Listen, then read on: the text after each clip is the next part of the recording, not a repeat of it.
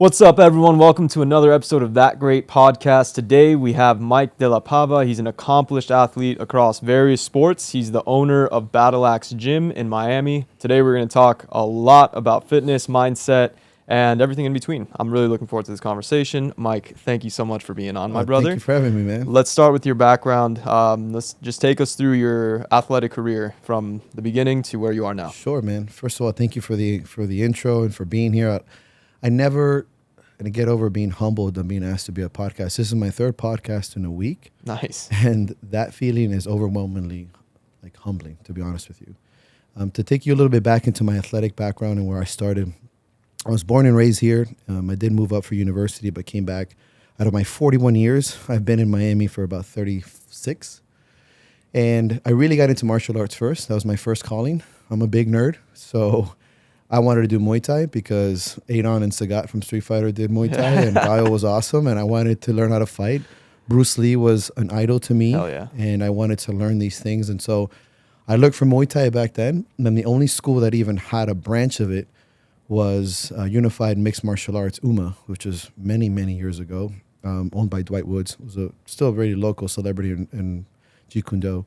So the school taught Jeet Kune Do, taught Bruce Lee style. Okay. And they didn't let me take Muay Thai because I was too young. And it was too hardcore back then. How old were you at this point? 14. 14. It's kind of cool. Yeah. Anyways, that opened my avenue to sports. I got into martial arts. And then once I got 4 or 5 years of Jeet Kune Do, which was an original mixed martial arts, we had BJJ, Kung Fu, Wing Chun. Not so much Kung Fu, but at least the respect of it. Kali, all the different starts. Silat, boxing, and kickboxing and Muay Thai were part of it. So I got into fighting. I wanted always to fight. So I was too young. I started doing Muay Thai strictly at 17, 18. I moved away. I came back. And when I came back, I talked to my coach. I said, hey, I want to fight. I was 20, maybe 23. That opened up the avenue I lost a bunch of weight when I came back because I gained a bunch of college fat, drinking all the time at Penn State. And that switched something on me that I had to take control of my life. I lost weight. I ran every day. I was 24 years old, 23, just moving, man. Felt great. Fighting was my first love. And then from there, I moved on into several sports like rugby, strongman, powerlifting, Highland Games, and now bodybuilding. All done at a competitive level, not just as a hobby, but in a way that I think competition is life. I did compete in all of them against other people, and I've won. And I'd say pretty competitive lifestyle for 17 years now, dedicating my life to a sport or sports. Mm-hmm. But yeah, those are the biggest chunk being strongman and fighting, but strongman by far, and strength sports. And so going into kind of how you transitioned into those was the strongman and the weight element, was that kind of a means to an end for the fighting That's at first? Good question. I don't think a man or a woman steps into a ring to find out anything about their opponent. They truly step in there to find something about themselves. You can build the base however you want to see it. Ideologically, for me, was if I have what it takes. If I was a warrior, if I was a man, if I had the set of stones to push myself. And I wanted to prove to myself that I can stand toe-to-toe with someone. I thought fighting, I still do, that fighting is the ultimate form of competition. You will never convince me that there is another form of competition. It's just raw, one-on-one, whether it's wrestling. I think striking is truly the ultimate form. MMA, of course. But either way, whatever it is for you. And that hole was very hard to fulfill. So after my last fight, I didn't win my last fight. I was very close. I was just outsized.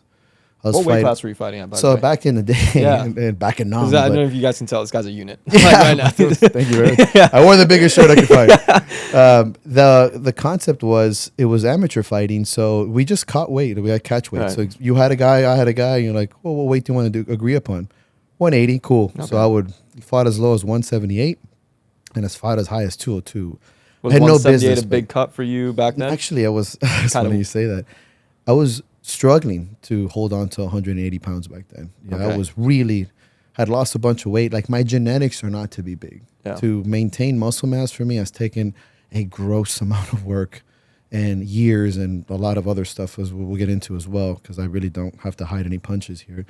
But it just was tough to fight those weights. But Yeah. you know, my most of my fights were between 185 and 196, and those are It's a guys that tough were weight class. yeah, those guys were cutting to Yeah, 195. I just walked around 185. Yeah. But back then, you took you took what you had, and for me, it was a learning experience. And we came from a school that fought whatever we done. We had good wins. I went 3-3 total, but in one class I was 3-0, and that's where I really stood. The low 190s, 180s, those classes It was a I could sweet spot fight. for you. Yeah. So we did that, and that ability to not to always fulfill that hole and fill that gap on a personal level, on a mental, spiritual, psychological level.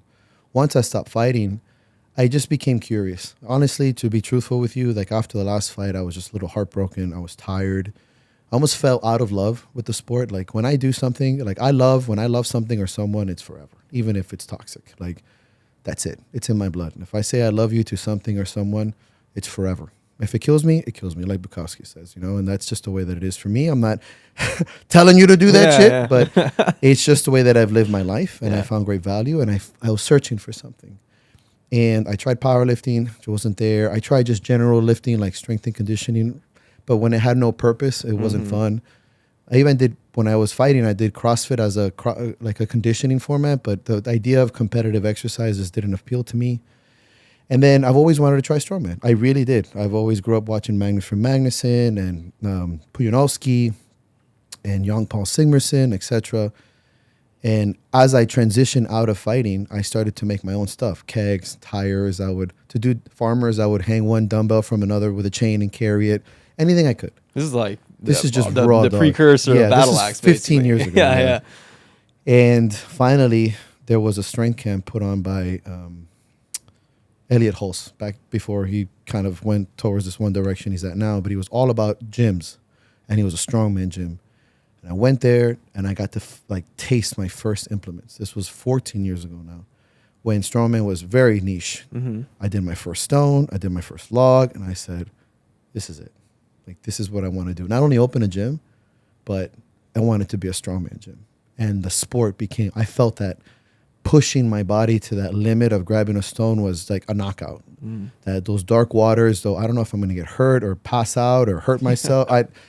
I needed it. For the uninitiated, explain strongman, kind of the events, because it's still Great a little question. bit niche. Yeah, it is. So strongman is a feats of strength sports. So there's not necessarily defined by what we do. It's if we can do it, if I were to say it. It obviously has pressing or ground to overhead, has a pulling of some sort, a loading, a moving event. But its origins really come from just two people saying, "I bet you can't do that," basically. That's why there's a lot of stone lifting, and the movements always kind of represent a natural course of biomechanics, right? Log overhead, a stone load, like if you're on a farm or throwing. Very practical. Correct. Events. So what you guys see on the TV is those guys picking up the big Atlas stones or pulling a fire truck or throwing something like a keg. These movements are just feats of strength, which originally were seen in things like circuses or strength shows. Sure. But eventually became a very defined sport when they started to see that to be this strong and this athletic took a massive amount of work. And then you had like strongest man in the world in the 70s, and world's strongest man eventually evolved. So the sport can be defined by feats of strength. Okay. And that's why every show varies, from pulling a truck to a plane to a sled. Still a pulling thing. If you're deadlifting, whether it's a car or wheels, still kind of a deadlift.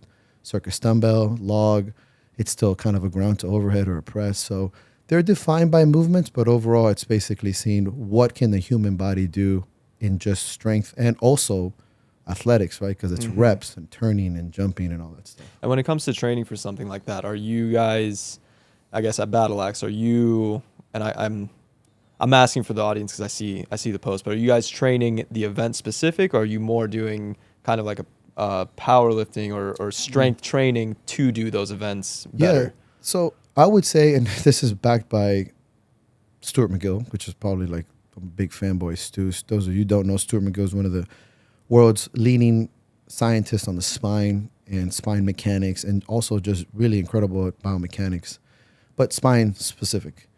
We had him on my podcast many years ago, and we had asked him a question, and we said, "What is the greatest way of training overall?" And he said, "Well, strongman." And of course, I was like, "Yo, duh, yeah," but I'm being affirmation, right? But if I were to explain to the general audience, the base of strongman is any type of general conditioning, right? Almost like a power building. You can have accessory work, so, one arm rows, incline bench press, lat pull downs, perform like a bodybuilder, close to failure, hypertrophy, building strength, etc., muscle mechanics. Then you have your big four, if you want to call them that: squat, bench, deadlift, and strict press. These barbell complex movements, still things like bent over rows and T-bar rows and all that, RDLs, these barbell, like the complex ones, still there to build your general strength and understanding. And then you have your sport specific stuff: the yoke, the log, circus dumbbell, stones. So the foundation of the sport would be like anything else. However, in strongman, you are also demanded to be not only maximally strong, so like 1 rep max, Right.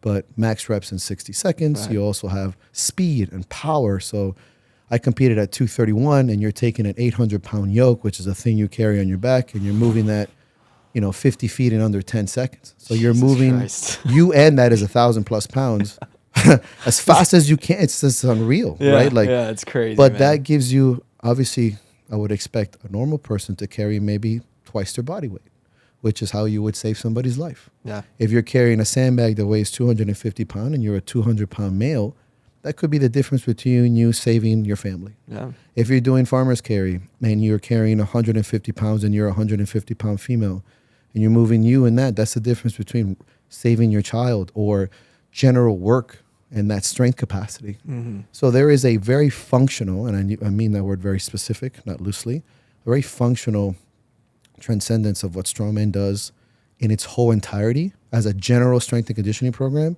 and how that applies. I train that to all my POs, all my first responders, from high level to low level. My general population does some type of moving event, carrying event, because of how important it is for day-to-day life. I would always stand by this, that there is no better application of strength for the general community than if you train strongman correctly. Right. I'm not asking you to pull a plane, but it's important for you to pull a sled. Yeah, sure. I'm not asking you to throw a 50-pound keg, but when's the last time you threw anything? Yeah. The body is really not designed to just be saddled on a desk. Right. Right? When's the last time you carried anything that's close to your body weight?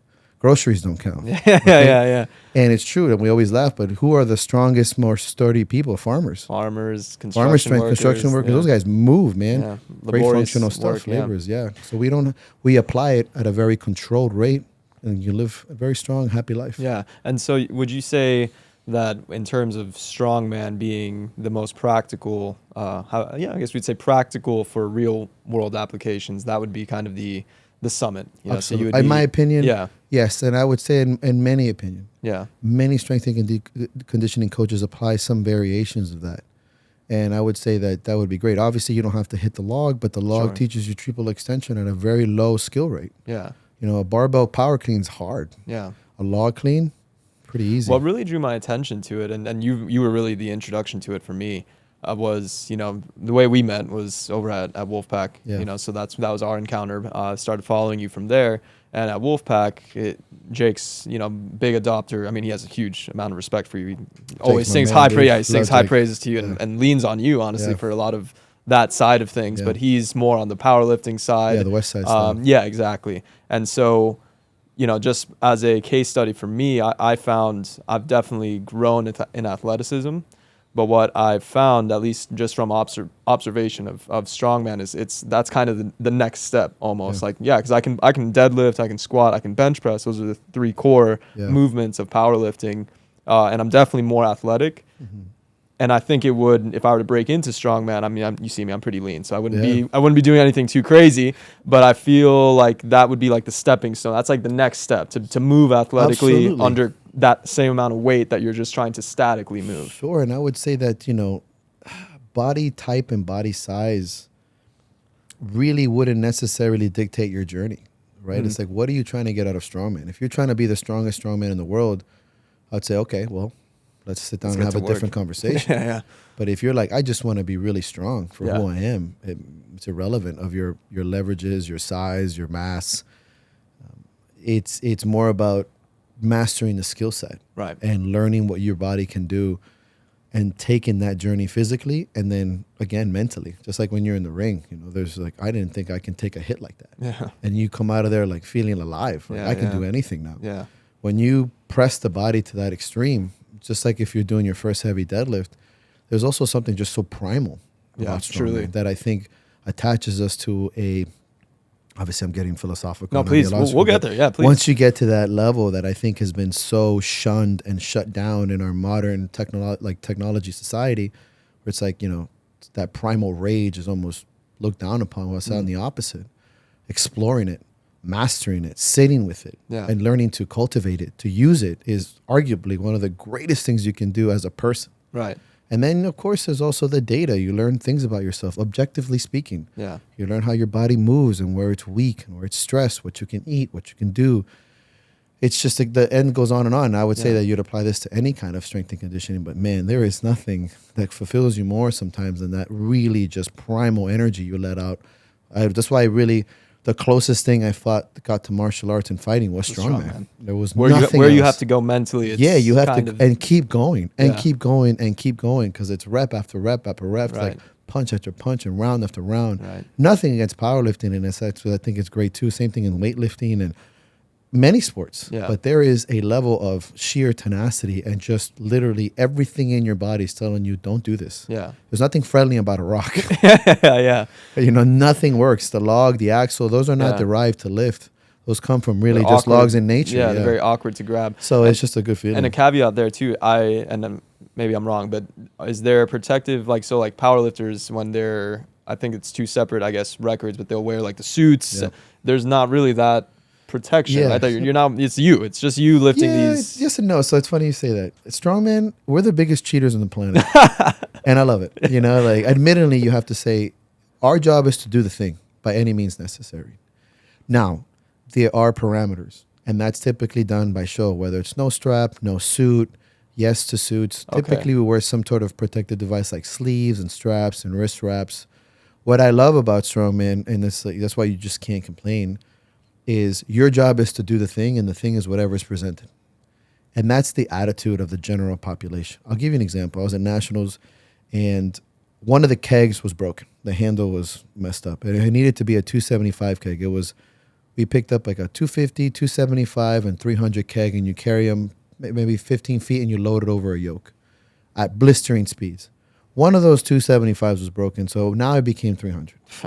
And that lane got screwed. Yeah. And no one said a goddamn word because that is the attitude. You said, okay, well, I guess we all do this now. That is the true strongman spirit. It's like, okay, guys, we don't have stones today. We have deadlift.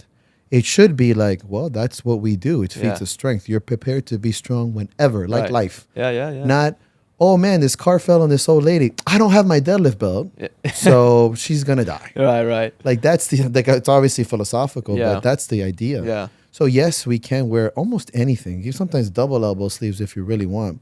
I always say strong is strong. Mm-hmm. So it's not a matter what. Is it looked down on a little bit in the community? Like if you're throwing on, yeah, all like the if shit? you're doing a little extra stuff, everyone's like come on, and man. very vocal, like, come on, dog.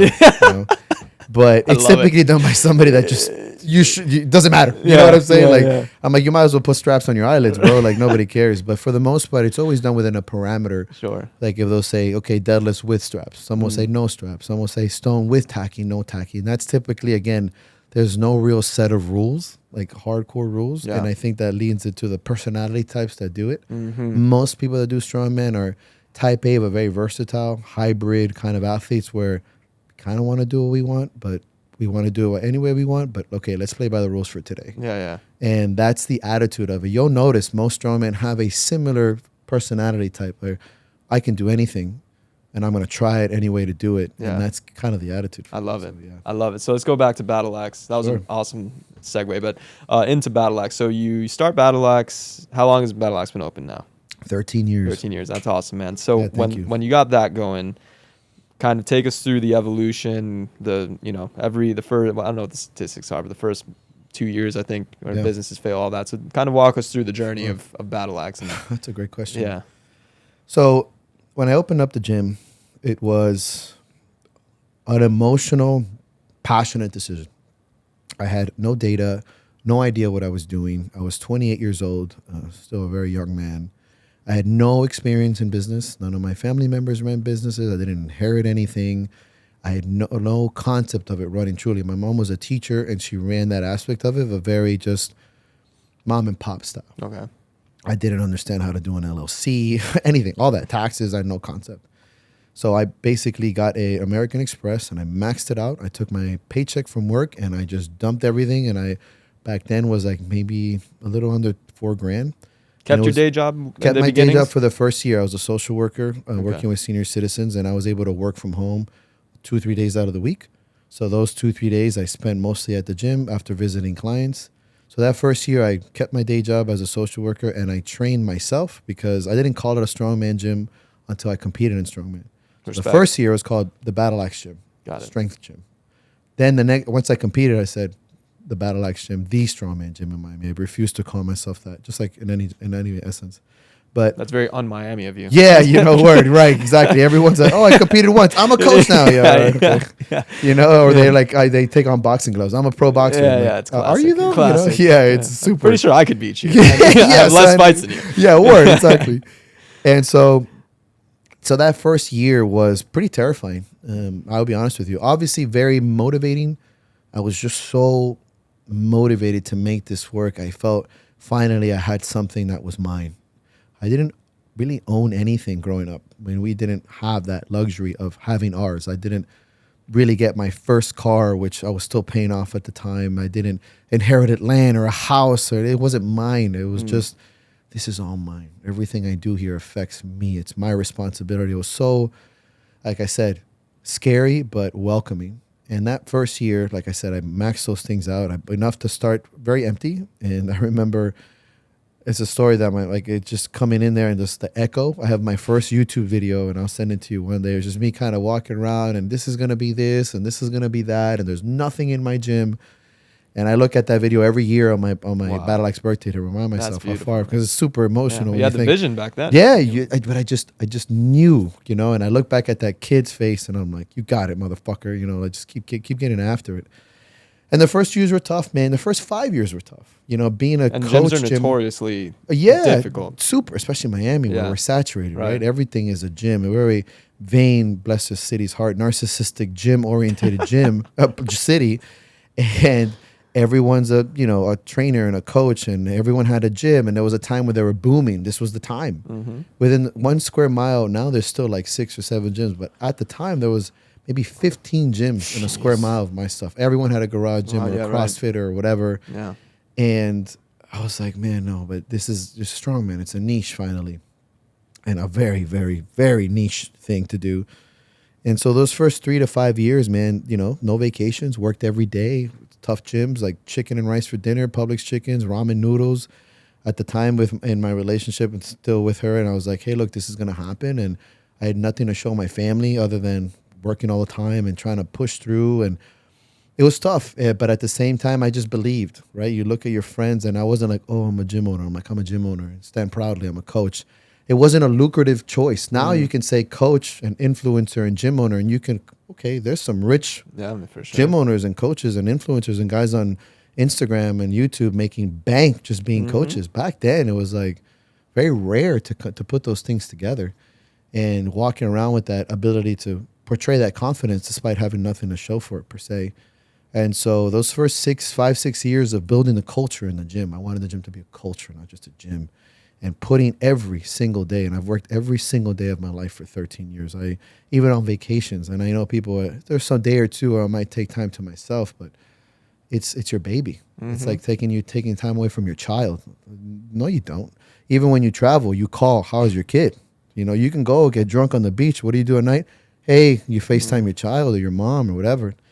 So yeah, man, those concepts to me, I just didn't even understand that businesses failed. I didn't even know that. Yeah. Somebody told me that at year 5. They're like, most businesses fail. I was like, oh, Good to word? know. Made it. I made it, and I'd never been in the red. Yeah. And since then, it was just this kind Not of... even year one. No, never. It Wow. always made... Back then, rent was so much cheaper. Oh, I bet. But it was not even... It was always... At the first year, maybe the time didn't correlate the amount of money I was making, but I didn't suffer from it. Yeah. Like the first year paid, and then by the second year, it was paying for itself. Nice. And I had enough money to survive. So I wasn't really taking vacations in Europe. Sure. But we were making moves. And Doing your passion. doing my passion, Yeah. doing my dream, and it was just like a tenacity. Not only I never did it, and I'll be open, I never did it to show anything to anyone else but myself. Consequently, it did show others. And I believe that that's my rule of thumb for me. I live my life doing things to prove to myself because I am the hardest on myself. You'll never be harder on me than I am on myself. Like many of us. Yeah. But I live the life going, well, I look in the mirror, I'm going to show you, motherfucker. And that thrived me and pushed me in a position where then everyone's like, damn, dude, like this is going great. And I'm like, I know. It wasn't like, oh, gee, thanks. I was like, I know, thanks. You know, right. And that's here, man. 13 years later, and arguably my best year of my life as far as business and maybe even on a personal level. But you just don't imagine sometimes that 13 years later, you're just restarting in so many ways. And to look back has just been super fascinating. But yeah, man. It's how I learned how to build things. I don't know how to build things. I was a city boy, dude. Built like some platforms and getting tools. I was so excited. Like made my first stones. I had one rack. I borrowed shit. And I look back at that very fondly because there were just some hard years, man. There was honestly sometimes at night where I'm like, did I do the right thing? You know, a psychology major. I had a degree. I had a steady job. I had a retirement and insurance. I'm like, is this what I'm supposed to be doing? Like, of course, no one will tell you otherwise. Anyone that says they knew it from the get-go is a liar. Yeah, that's Instagram shit. Yeah. You know, when you're going on Christmas or you see your friends going on vacation and you're just like, all right, next year. Yeah. You know, and you feel that, next year. And then you're like, is there a next year, man? You know, but it was just equivocally paid off when I would walk into work and just coach people. And truly, I love that. Like watching somebody progress, I'm like, this is life. Yeah. You know, and it would something quantitative like money still to this day will never supplement the qualitative feeling of what I do for a living is what I love to do, what I was born to do. Yeah. And now, we make more money and life is good, but still it doesn't get Didn't the same. replace. Never. And it never will. It was a byproduct. Yeah, if I wanted to make money, I wouldn't have been a fucking gym owner. Anyone can tell you, talk to Jake. We don't do this because we're making bank. We do it because we love to do it. Right. Especially in the generation where we came from where there was no promise of money. You were just, finally you can make a job coaching. Right. That's it. Right. You can pay your bills. Yeah. It wasn't like now where, thanks to social media, which I love, you can put your name on the map, and I coach athletes all over the world. Really? It's online programming. Yeah. Oh, nice. Remote programming Nice. I've been doing for 11, 12 years when it was Wow. a joke. Like, everyone was like, are you doing that? I'm like, yeah. Is that? And I would imagine that's obviously more profitable and Pound for this is pound. just, like, Yeah. take that. I worked on the way here. I got an Nice. Uber here because I can work. Right. Right? I don't mind driving my truck out here, but you're like, hey, I know what parking is down here. I'm like, I don't care. I'm going to Uber and I have 50 minutes of work. Yeah. I updated with 3 clients. I Easy. made a move. I texted about my supplements, and on the way home, I'll eat and work again. And I love it. cool that on a little iPhone. Yeah. Right? can That's do my all of laptop. that. Right, Like, people right. sit on a desk. I sit on my laptop. Yeah. So let's talk about the slogan, the branding, because I love, more than anything, I love your brand, and my background is in marketing, so I just have this keen. That's a great compliment. Thank Yeah, you. yeah. So a very keen eye for it, and you really, it doesn't come off as manufactured or fake at all. And I'm seeing this is another one, so maybe there's 2. So the one that I most know you for, because you say it, little branding lesson, he says it on every goddamn video that he posts. Yeah. Battle Axe Gym, where strength is everything. So tell us a little bit about that one, and also this Everything Ends. Where did those originate, and what does it mean to you? That's a great transition. Credit to you. I'm having a good time on this podcast. So, it comes from the roots that I think words are very powerful, and I don't say think loosely. I know it. I have many tattoos on my body. I've ordained my body with words that mean something. I have perseverance on my neck. I have courage on the side of my freaking head. I have the poet Invictus in the back on my back. I have a couple poems on my body. I have my old fighting stuff. And I tell you this because most of my tattoos have a personal meaning, but words are very important. The way they're said to me, the way I read them in my life at a time are so impactful. It doesn't mean I'm going to get a tattoo every time I see it, but I know what words mean to me on paper because I've read books and I'm a nerd and I've read comics and I've seen quotes in movies that made me tear up and shake my life, whether it's from Star Wars and Lord of the Rings to Inception and Gladiator, very powerful words to me. And I think words, the way they're said and done and impact you in a way in a life are very meaningful. And I think they're an emotionally driven thing that should be harnessed, not pushed away like it's a joke or some sort of weakness because your emotions are getting the best of you, which they should sometimes. So when I came into that, I've always had that. And obviously, my mom is an artist. I am artistic as well. I can draw, I can paint, I can sing okay, pretty good. I can play the guitar, I've played instruments. We're a very art-driven family, the males in my family, thanks to my mother. I love her very much. And I grew up that way, looking at the world through the eyes of an artist. Sounds and things, the way things are presented, like how you see as a marketer, a good marketer is a good artist. You can see how it's just a different way of portraying, different canvas. So that aspect to me was very valuable. So bringing that, I write, I love that stuff. So bringing that artistic visual side and connecting it with the power of words is how you see things like strength is everything, or the everything ends shirt, or the strongest fuck, or the symbolism on my page with axes. And there's just this thing when this attitude that you see that, because it's just another way to express myself. So where strength is everything came to me because, and originally when Mark Bell had his original gym, super training, and a lot of the coaches I would follow, they always had like an intro. And I said, well, I want an intro. You know, obviously I have like 250 YouTube videos of me being a little nerd in front of a Mac computer, right? Bless my heart. I look at those now and I cringe, but I did it. And that's back then when you'd get like a penny for every 10 views or 100 views. Oh, that's when it was back then. Yeah. Now it's grossly different. But anyways, words are very powerful to me. And strength is everything means much more than physical strength, obviously. So I wanted to create a place and a culture where strength was going to be exuded by any means necessary. And in this particular way was to find it through physical suffering, because it takes suffering physically in strength sports to exceed. Mm-hmm. And I am a big component on self-induced suffering within ranges, obviously, is one of the highest elevating things you can do in your life. And just people, again, one of those primal things that have been so shunned, you know, because it comes off, but if you do it correctly and parameters and data and in balance, not the word balance, but choices, it makes sense.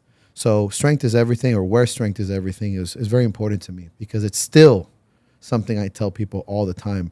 They'll do something emotional and I go, see, strength is everything. Emotional, and it's not, it doesn't have to be a deadlift. Right. You know, the strongest person I know in my life is my mother. My mom can't deadlift 135. My mom's 74 years old, bless her cute little heart. But you can't tell me otherwise. And if you ask my personal friends and family, you can't tell them otherwise either. More often than not, the strongest person you know is not stronger than you physically. But they portray things that you believe strength is. So strength is a multifaceted word like love and anger, right? These words are umbrella. They open up avenues. So when I say strength is everything, more than just being able to lift shit. And that's what the gym is really about. Battle Axe Gym, as you walk in, it's very much a culture, especially Saturday mornings. So there is something else to that. And the way I coach is that mentally and physically are to push you. I would argue that, to me, building mental strength is probably my mutant power. I can talk to you on a level that motivates you emotionally to push physically so you can find levels of yourself. I'm just fucking good at it. Like, I really do believe in that. And I just found my canvas and my form of expression to be through coaching and training through sport and athleticism, which is arguably life-changing. And so everything ends, strong as fuck, forward, more weight, all those things we have, because I'm a big believer in building a story. And it's, again, if you want to look at it from an objective perspective, great marketing. Yeah. But the genuine thing is, like, I did this for myself. Right. And now I'm sharing this with you. Yeah. Like a good band. When the band starts making music for the crowd, they suck. Yeah. You're like, I know what Sold you're doing. out. You Yeah. sold out. Yeah. I don't need to do that. Right. And I never will. Now, obviously, if Coca-Cola goes, hey, Mike, here's $3 billion to like Coca-Cola, I'll be like, sure, dog. And then I'll throw money. Yeah, let's be real. But as far as like my brand and who we are, like, you know, everything ends is something that is a model to me. It's a philosophical, like, it's tattooed in my soul. And that's to remind myself, like a memento mori, that everything does truly end. And that's a beautiful concept. It's not a negative concept. The day ends, so make the most of it. You know, life ends, make the most of it. The person you love most is going to die one day. And as much as that's sad, it should be invigorating for you to love them the deepest. Right. Everything, your career, your life, your look, your health, it ends. Yeah. So you should live with tenacity. 100%. And that's one of the biggest things we live by. So you'll see everything ends constantly. Yeah. and all these other things as well. Right. So let's go into the philosophy because we're definitely leaning that direction. So you've alluded to a couple of these, but you're very comprehensive as a man. Thank you. Built like a goddamn fire truck, the ones that you pull. We made it. We made it. Thank you very much. But you have obviously a very intellectual side, a very thoughtful side, and I encourage anybody to follow Mike because he does share more than just the strongman stuff. He shares very insightful things. But along with that, how does that kind of balance? Like you have the philosophical side, kind of a, if you want to call it, softer side. Mm-hmm. With it's like a dichotomy. You have, Sure. Very aggressive physical sports that you've done and your practices. So how do those balance and how does it help you? So, actually, you mind if I record this little part go real ahead, quick? man. Because I think that's such a good question. And I just want to keep this for myself. Maybe I'll nail it. So, to answer your question, I don't believe in balance. And I've said this many times. And I'll stand on this. I'll die on this hill. I believe in seasons. And if we want to get, again, we will.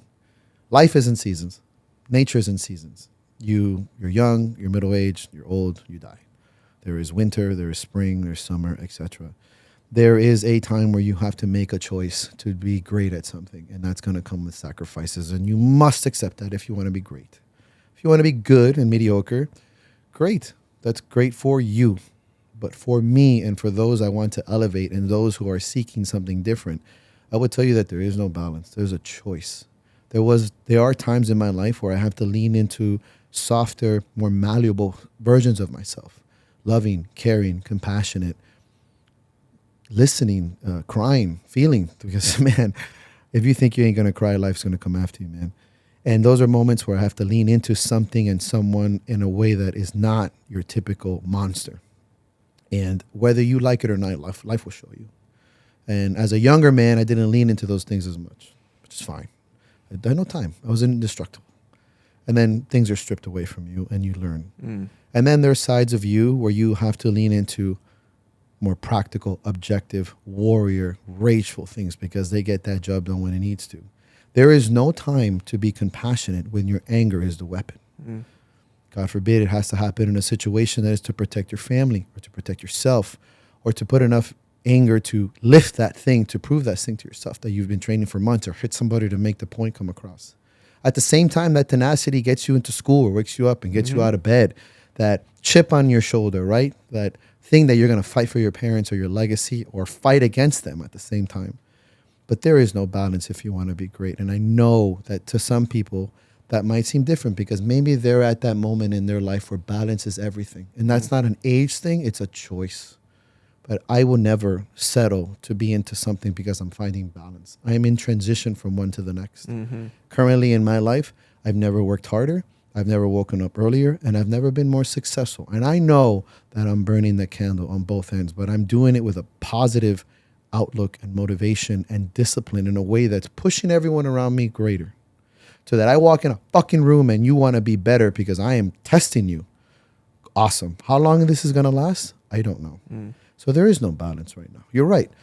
I do want to go smack a bottle of Jameson to the face watching college football every weekend and go on Sunday and watch the Dolphins break my heart with 6 pints of beer. I want to do that. And I want to enjoy those days. And I don't necessarily always want to wake up at 3 a.m. But something is happening right now where I am choosing to do this because it's making a difference. My mom needed a ticket to fly to Colombia to bury her mother. And I had the money to give it to her like it wasn't even a joke. And when you think about that and you think the man that I am right now and the choices that I've made in the last 13 years as a gym owner has facilitated this for her, you really hunker down and sink your teeth in and you think balance didn't get me. Right. Life has that. It's her season now to mourn her mother. Is that balance? That's a choice. And she's in there. She needs to mourn her. We need to mourn her because my grandmother was a great woman. But there will come a time in life in certain seasons, right? Where I'll be very personal. When my grandmother passed away, I leaned into it. I shed my tears. I leaned on my mother. I asked her. I wasn't tough guy. Hey, mom, suck it up. Mommy. That would have been. You know what I'm crazy. saying? And I didn't go into work raging on everyone. I had to take some time. And when I got hurt and things like that. So if I were to argue with that, it's just there is no balance. You take time, and there's going to be a time in your life where you're not physically capable to train, whether you get hurt or you're trying to start a family, or work is so intense that you can't train as hard as you can. That's the time to become the poet, right? Like, so I think warrior poet is something I've been told that I am. And it's like one of the highest compliments of my life, like the Braveheart movie, even though that's like historically inaccurate. Yeah. That's the nerd in me. But it's important to be, right, the warrior in the garden. It's time to garden. It's time to add water to your fruits and vegetables. Learn, read. If you truly love something, you'll know the history of it, right? If you meet a girl, you meet a guy, it's not about fucking right then and there. You want to know where they came from. What's their favorite color? What's your favorite song? Right. Where are your parents from? Where you were born? It's time for that. And then there's a time to defend them. There's a time to go travel. And that's love. Yeah. When you love something like that, right? Love is not a balance, brother. Mm-hmm. There is no balance in love. Right. There's choices. Yeah. And so if I have to answer that question for you, it's because I've been very fortunate in life to have taken that philosophy younger in my years, and to, when I find something, sink my teeth into it. Makes sense? No, 100%. You touched on a few things there that kind of made me start mulling through my own experiences. Like, you know, when I was fighting, I don't fight anymore. I kind of more just train casually and stay in shape and things like that. But a big challenge for me, and Jake will tell you, is basically, you know, the fight itself. It's not that I was ever technically deficient or outmatched or whatever it is. It was more a psychological thing, is I'm just too nice. And that eventually bit me in the ass, because my last fight, I was too nice, and I ended up and I theoretically could have, and you know, it didn't pan out that way because I didn't switch it, and I really didn't figure out how to switch it on, you know. And I knew there was a switch to hit. Someone like Jake, there's people that just live with that switch on, you know, and they need a reason to, more than a reason not to. Shout out Jake. But that was it, you know. And years on now, like, I don't have any ambitions to fight, but I've talked through it with Jake a bunch of times, and really what it comes down to is the motivation for me to go there, the fight, the competitive fight. It just doesn't make sense to me in terms of like why. I get it, you know, I understand it, but like, it's not a thing of like, you know, this guy hasn't done anything to me. Right. So we're just agreeing to come and beat the shit out of each other. You're like, trying to give this guy brain damage for fun. Yeah, and I know, respect to fighters and all of that, but it's just not, that's not me. Where it would take me, what I would need is there would need to be threat to, like, you come at my wife, all bets are off. And it's not machismo, like, no, I'll kick your ass. I might get my ass kicked trying to go up against someone like you, let's say, but we will fight. And I'm going to fucking bite your ear off. Hell yeah. It'll go crazy, you know, so... You're 100% right. There is no balance per se on that, and it really is, you know, it's a testament, you know, to how we need to kind of go forward. Yeah, and that's, I mean, credit to you, is I think you're being true to yourself, and that's the greatest choice you can be. Yeah. I know this is funny, but Starship Troopers is a really fun pair. I love that movie. Yeah. The book is incredible. But I didn't know there was a book. Yeah, originates from a book, and the book is actually dark satirical concepts on like a future world. Actually, not a funny book at all. Interesting. And it's a very good read. And the next movie they're coming out with is a remake of Starship Troopers, is based on that, and you should give it a read. But in the movie, Rothcheck, the teacher, who has the Roughnecks, who we have Battle Axe Roughnecks. I got that from I have a Starship tattoo on my stomach. I love it. He says figuring something out for yourself is one of the greatest freedoms you ever have. Again, one of those quotes from a movie where I'm like, wow. Like, self-accountability and self-realization and self-true choice to yourself is one of the greatest freedoms that no one can take away from you. You can be stuck in a box, chained to a wall, but if you know who you're being true to yourself, you have made a stronger decision and a more courageous warrior decision than somebody who steps in the gym or a ring and hits somebody, but that's not true to who they are. And that's a big difference. Like, you're hurting somebody because you think you should, or because you're being peer pressured to, you're actually a fucking coward. Because I've seen guys like that. I've hit guys like that, and I've been hit by guys like that. It's like, there is nothing I don't credit myself because I have the tenacity that I think I wanted to kill that person in the ring. I wanted to end their life within rules so I can go home. Yeah.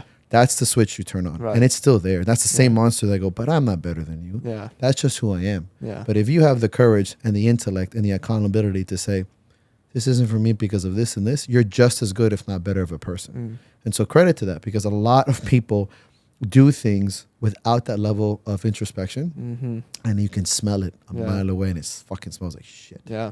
Because it's a level of cowardice. You can smell it. Right. You know, and that's good. Good for you. Yeah. Thank you, man. Well, believe it or not, we're an hour in. Oh, We're no an way, hour in. dude. Yeah, Okay, yeah, sorry, yeah. Time okay. flew. So I do want to try and hit one more point if sure. we can. Of course. So moving into the kind of your schedule, because you are non fucking stop, bro. It's like insane. So you got the gym, you have regular events, you also compete, Correct. and you also train athletes. Let's say the casuals that are just doing the strongman just to do it, but you also have actual athletes that are doing so. How in God's name? This involves travel as well sometimes. So how are you balancing this as an entrepreneur and athlete? Yeah, so we just answered that question. It's like there's not a balance. Right. And it's my life right now. I just spoke about it. The first generation and second generation of my gym, how much effort I put into that generation of guys that have flourished. And I'm not saying anything about the newer guys in my gym. It's just been amazing to watch that crew of men and women become doctors, lawyers, firefighters, high-level firefighters. I mean, it's incredible. PAs, nurses, everything, like high-level stuff, a nurse anesthetist. And there was a time in my life where I felt that was a time I gave it all. And I feel, and this is anecdotal, and this is more like the philosophy of destiny. This is just the idea of it. Not that I generally think, but I feel that there are times in your life where there is a calling that is so evident and it is so pure that if you don't sink your teeth into it and say, if I don't give it my all right now, I'm going to regret this the rest of my life. It's very evident. Whatever it is you want to believe in, whether it's God or spirituality or just general common sense that things are happening to you with data, it's that this time in my life is now. And the bodybuilding and being a bodybuilder and scheduling my life has only opened the idea that the idea of the athlete, right, is to organize your life for the sport at hand. And life is sport. Life is unfair. Life takes from you, but I want to win against life so bad, and I don't fight fair with life, just like I did in my other sports. It is, to me, the battle and the final push. So to me, this concept of it is to sink my teeth into now and put as much energy of my waking moments in being the best coach, the best businessman, the best partner, the best son. And I'm not a fucking, let me say this by saying I'm not a moral compass. I'm not telling you to be a good or a bad man, because I've certainly done terrible things in my life. And I'm not saying that because I'm busy, I'm good. I might be good at what I do, but I'm not here virtuously telling you like I'm holy and things are good. But working hard and scheduling my life and pushing myself to the limit that I do in sport and seeing its virtue flower in the people around me is probably the greatest feeling I've ever had in my fucking life. And I'm feeling it at 41. And that is addicting to me. And so it's a good choice. I wouldn't call it balance as much as I'd call it scheduling. Yeah. I even schedule moments with my family and friends and loved ones because when I'm there, I want to be as present as possible and not on my phone. Right. So if you right here, I have no problem sitting with you right here for an hour because I scheduled it and there is no distraction. I'm not thinking of work. Fuck everyone else right now. This is my time with you and it's scheduled. Not, hey man, I'm here on my phone. It's disgusting. And I get it. I'm guilty. I do it all the time. So it's the choice of schedule. It's the choice of what is my why, right? To take care of my family by any means necessary. And that's where the key is, right? Any means necessary does not mean good or bad, right? That's the warrior spirit. You get the job done by any means. I always say that the warrior code is absent of morality. It doesn't mean I'm going to go murder people, but I'm just telling you that I don't want to come off as this person that is like morally good, but more of a person that's a really hard worker. And sometimes you have to not sleep and be a little bit of a dick and isolate yourself and do stupid shit and bad things and make mistakes and make failures and get aggressive and lose things in your life. People, connections, yes. That all happens because you are chasing the ultimate dream in your life. So I would always challenge people to say that if you're true to yourself and you've made this decision and you know what I'm good at, being a fucking leader. And this is what this demands. It's also a lonely life. It's also every day somebody depends on me.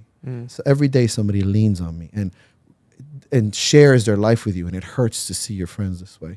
But I made this choice. And so when I tell people philosophically and ideologically, if your why and who you are is true to yourself and you schedule that correctly, speaking objectively there, man, there's always time. Right. Right? Yeah. And death is just like, as you get older, maybe you've already experienced it for sure, death around you and loss and all these things, they just harden this for you in a good way. They just make you more tenacious of it, which you learn in sport. Right. Because when you lose in sport and you lose a fight, it hurts you to your core and it really tells you what you want out of life. Yeah.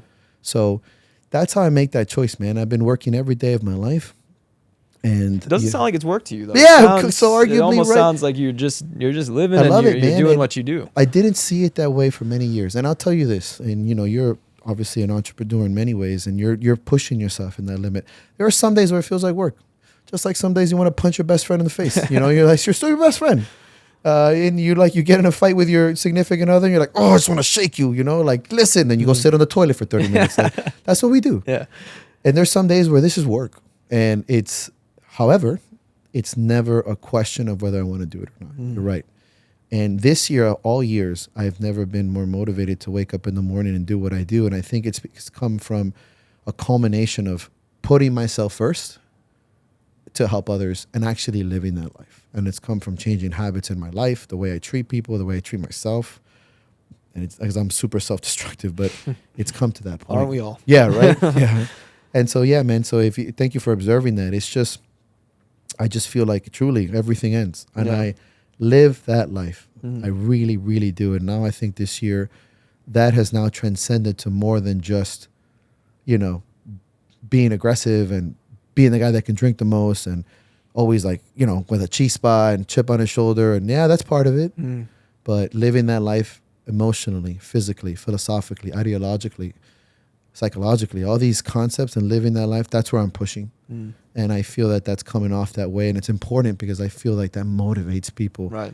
And what an honor that some fucking kid from West Kendall that has no concept of that is here telling you, because you're motivated by me, is motivating to me to not be a fucking piece of shit. Yeah. And so to answer your question, it's just a self-fulfilling cycle, man. You are your own ecosystem. So if you want to water it with shit, don't complain. That's why I have these fucking swords tattooed on the side of my face. It's live by the sword, die by the sword. Yeah.